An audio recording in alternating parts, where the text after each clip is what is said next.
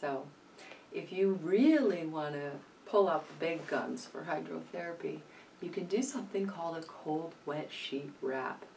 At first this sounds somewhat terrifying, but it works really well.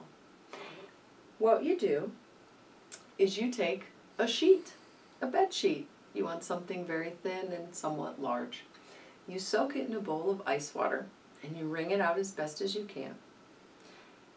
The person has a fever. This is a solid way to help that person overcome whatever infection they're fighting.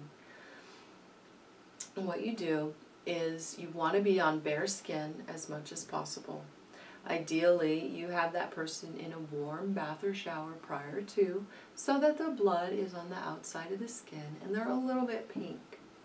You then wrap that cold sheet around them and lay them down and insulate them with lots and lots of warm blankets, making absolutely certain that you tuck them in at the neck.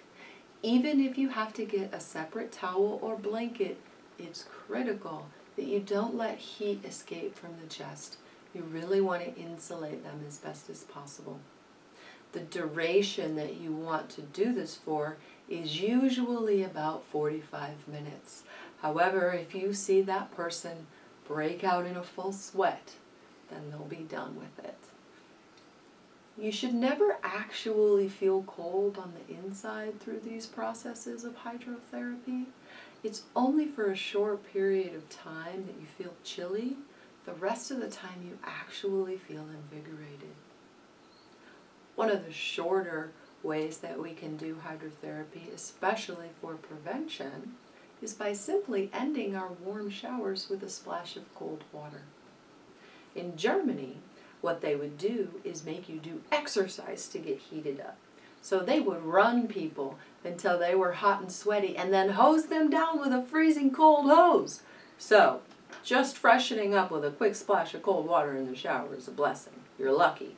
And it's not that hard to do.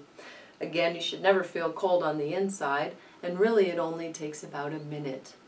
A nice trick is to end on the back around the area of the kidneys, which is right about where your ribs stop.